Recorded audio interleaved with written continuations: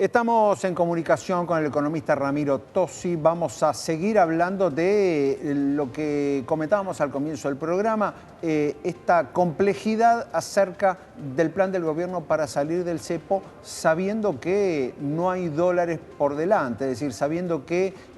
ese esquema tan difundido en el comienzo del año de que iban a llegar un stock de dólares, ya sea vía Fondo Monetario o vía el propio sector privado, vía algunos bancos privados, algo que se habló mucho en el comienzo de Javier Milei, hoy está muy lejos. Con lo cual está claro que este sendero hacia la salida del cepo cambiario es sin llegada de dólares. ¿Qué tal, Ramiro? Gracias por atendernos. Hola, ¿qué tal? Buen día, Fernando. Buen día, Mariano. Bueno, es como vos decías en la introducción, Fernando, si uno mira, salvo los números que estábamos haciendo justamente la semana pasada en Suramericana, en la consultora, si vos mirás lo que queda de 2024, o sea, de julio a diciembre, y sumás los pagos de deuda que va a hacer esta semana el gobierno de los bonos reestructurados en 2020, le sumás pagos a organismos internacionales, ya estás hablando de 7.000 millones de dólares que va a tener que afrontar el Banco Central, a lo cual se suman, te diría, 2.000 millones más que también van a meter presión sobre las reservas, que tienen que ver con pagos de deuda de provincias, ¿no? Y otros pagos de deuda privada, con lo cual, de nuevo, el mercado va a estar muy atento a la dinámica del mercado cambiario. Julio, si querés, arrancó un poquito mejor respecto a lo que había sido junio, pero de nuevo, estás mirando liquidaciones y tamaños, digamos, de mercado cambiario que no presagian, digamos, que vaya a haber una acumulación de reservas muy significativa, y eso obviamente pone presión sobre las reservas. Por eso acordate que el propio fondo, cuando finalizó la octava revisión, una de las cosas que dijo, bueno, el gobierno se había comprometido a fines de junio a modificar / eliminar el dólar blend, que es un mecanismo que, si bien mejora el precio a los exportadores, le ha costado en este semestre casi 10.000 millones de dólares de reservas al Banco Central, que no ha acumulado porque esos dólares fueron a alimentar la oferta en el mercado del CCL. Lo que pasa es que en el gobierno, en este sentido, admiten que es una suerte de intervención, ¿no? Estamos haciendo frenar el contado con liquidación y que si no, no se hubieran liquidado tantos dólares también, ¿no? Bueno, fíjate que es algo bastante, digamos, extraño en la explicación, ¿no? Porque en la gestión anterior, cuando se hacía intervención, se criticaba que el Banco Central usara reservas propias, ¿no? Para tratar de contener la brecha. Ahora directamente no solamente que no estás usando reservas propias, directamente no las estás acumulando, y eso hace que el mercado, bueno, empiece a ver con un poco más de, digamos, de nerviosismo cuál va a ser la dinámica de esas reservas en lo que va del año. Esta semana tenés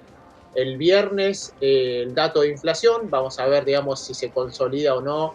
este repunte en la tasa de inflación. Hoy vamos a tener un anticipo al mediodía con el dato de la inflación de la Ciudad de Buenos Aires, vamos a ver cómo da ese número respecto al 4,4 que dio el mes pasado. Y bueno, y en el medio tenés los datos de actividad que conocimos la semana pasada, tanto de recaudación como del EMAE, que de nuevo parecen mostrar que lejos de esta, digamos, B corta que tanto el gobierno había promocionado en el primer trimestre del año, más bien te están mostrando que la actividad estaría alcanzando un piso, pero que todavía no se están viendo señales de recuperación, y por eso tuviste la caída que tuviste en la recaudación una vez que sacaste el efecto extraordinario de la recaudación de ganancias en el mes de mayo. Ramiro, ahí el gobierno tiene un argumento en cuanto a decir, bueno, yo no voy a estar bien de reservas. Está claro que ni por la vía de los fondos frescos del Fondo Monetario, ni por la vía de la propia liquidación de los exportadores, no voy a tener muchas reservas, pero voy a conseguir que no haya pesos. Es decir, que el equilibrio cambiario, por lo menos evitar una disparada, un salto del dólar, lo voy a hacer a través de mi propio programa monetario, es decir, a través de secar la plaza de pesos. ¿Ves que ese esquema es viable? Bueno, te diría que ese proceso, si querés, de dolarización endógena, como llamó en su momento el presidente, es bastante, digamos, particular. No es el mecanismo o el régimen cambiario monetario que han transitado otros países que, digamos, tienen el mismo problema que nosotros, que la gente, digamos, ahorra en dólares, como es el caso, digamos, de Perú, Uruguay, que tienen un sistema bimonetario. si vos mirás en esos esquemas, y es un poco también lo que el propio fondo en su último staff report puso como ejemplo, bueno, son sistemas donde hay una competencia de moneda y vos le das la posibilidad a los agentes a hacer ciertas transacciones en dólares, sobre todo en la economía, digamos, real, ¿no? Pero para que eso funcione, lo que tiene que haber es que justamente los que tienen esos dólares los ingresen al sistema para, de alguna manera, remonetizar la economía. O sea, si vos congelas la oferta de pesos, pero por el otro lado no aparece la oferta de dólares, bueno, evidentemente es un esquema, digamos, que no tiene mucha estabilidad. Por ahora, digamos, no se ve ese crecimiento o ese interés de la gente de remonetizar la economía. Vamos a ver ahora, hoy conocimos la promulgación tanto de la ley bases como de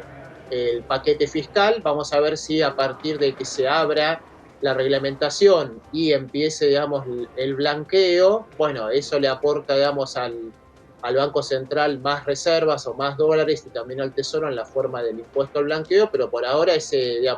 mecanismo no parece estar presente, al menos en la dinámica de las estadísticas monetarias y cambiarias. ¿Qué va a pasar con el pago de cupón del AL, del pago estos 2.500 millones de dólares? ¿Pueden llegar a traer un alivio en el dólar, a pasarse a pesos que necesiten empresas? Mira, ahí Mariano, bueno, por un lado hoy ya vas a ver una caída en las reservas, porque acordate que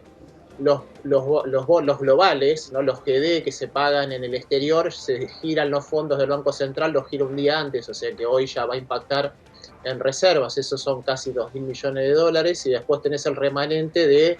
los bonos locales, que obviamente por el feriado de mañana los vas a ver recién el miércoles. Como ahora tenés esta normativa nueva del Banco Central que te permite, digamos, y te facilita la reinversión de los cupones, lo más probable es que vos veas que eso puede tener dos efectos. O digamos, hace que los agentes reinviertan usando el dólar MEP en los propios bonos de la deuda, o te puede llegar eventualmente digamos, a sumar oferta en el dólar MEP, ¿no? El que necesite, como decís vos, pesos, bueno, puede, digamos, eventualmente vender esos dólares en el MEP y te ayude a quizás buscar un nivel de MEP más cercano a los 1.325, 1.350 pesos y no los 1.400 que estuviste viendo el viernes pasado. Así que eso vamos a estar viendo, ¿no?, en el arranque de hoy, cómo el mercado eventualmente empieza a incorporar o no esa mayor oferta, que son casi 1.000 millones de dólares que se pueden sumar potencialmente en el mercado local. Ramiro, ¿qué viste esta semana? Se habló muchísimo acerca de la conferencia de prensa, mucho más allá de su contenido, sobre el impacto de la forma en que se comunicó. Una conferencia de prensa del viernes a última hora, postmercado, que ya ahí la mitad de la Argentina se asusta, ya solo con ese dato, pero digo, ¿qué viste en materia de comunicación, sobre todo en el tema de decir estas letras de regulación monetaria, de liquidez fiscal, todavía no está muy determinado el nombre? ¿Qué viste en ese terreno de anunciar un instrumento que todavía no se conoce en detalle, anunciarlo en público antes de explicárselo a los bancos? Vos que estuviste del otro lado y que formaste parte de un equipo económico, ¿qué viste en esa materia? Bueno, la verdad que te diría dejó gusto a poco en proporción a la expectativa que se generó, ¿no? Porque cuando vos llamás a una conferencia de prensa con las máximas autoridades económicas, como son el presidente del Banco Central, el ministro de Economía, estás esperando un volumen de anuncios mucho más potente del que finalmente conocimos. De los trascendidos que tenemos hasta ahora, incluso ya ahora empieza a migrar un poco el esquema del instrumento. Se está hablando de que en principio, ahora ya parece que tienen nombres, letras de liquidez fiscal. En principio lo que se haría es que primero lo que haría el Banco Central es canjear con el Tesoro parte de los títulos de deuda que tiene, sobre todo bonos ajustables por ser, que tiene un gran stock al 2026-2027, los canjearía por letras del Tesoro de más corto plazo, de 1 o 2 años máximo de plazo al vencimiento, y luego el Banco Central, digamos, usaría esos nuevos instrumentos para eventualmente, digamos,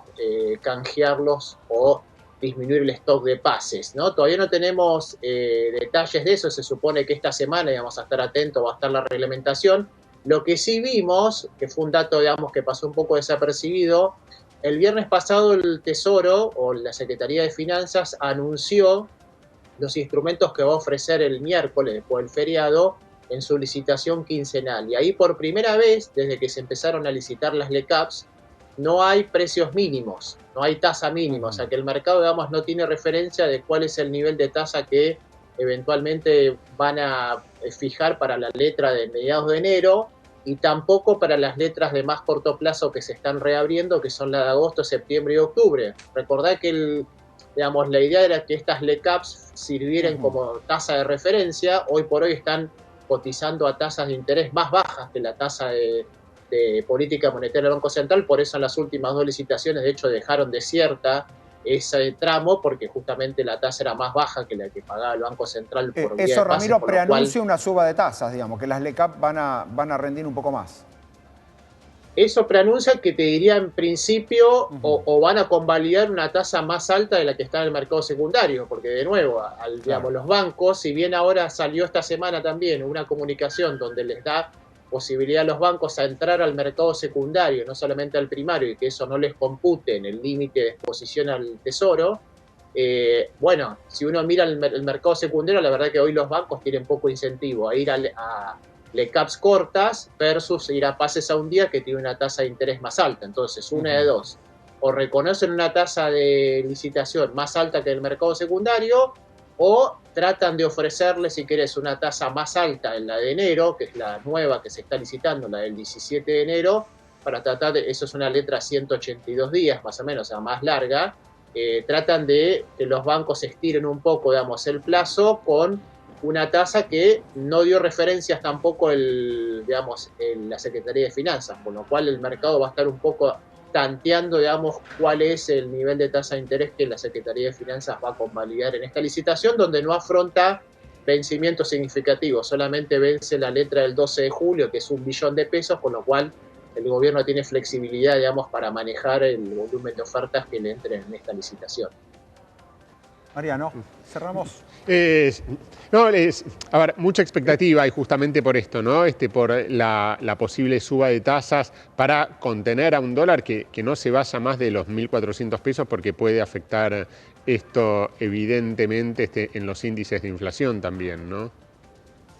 Sí, el problema acá, Mariano, es que te quedó, a diferencia por ahí de otras licitaciones, te quedó la licitación antes de que se reúna el directorio del Banco Central, con lo cual, como tampoco la Secretaría de Finanzas dio señales con esta tasa de interés mínima, ni puso una tasa de interés mínima, difícilmente, digamos, o sea, si llega a subir la tasa después de la licitación del Tesoro, la verdad que quedaría mal, digamos, porque los inversores quedarían comprados con una tasa de interés más baja que la que después va a convalidarse en el mercado secundario. Por eso, digamos, vamos a ver si se hace, si querés, una señalización de tasas preventiva o se va a esperar recién a la otra licitación, donde ya sí hay más vencimientos, pero que eso es a fin de mes, ya con la reglamentación de las nuevas letras de liquidez en la calle. Ramiro Tosi, economista de la consultora suramericana, muchísimas gracias por este contacto. No, gracias a ambos y buena semana. Muy bien.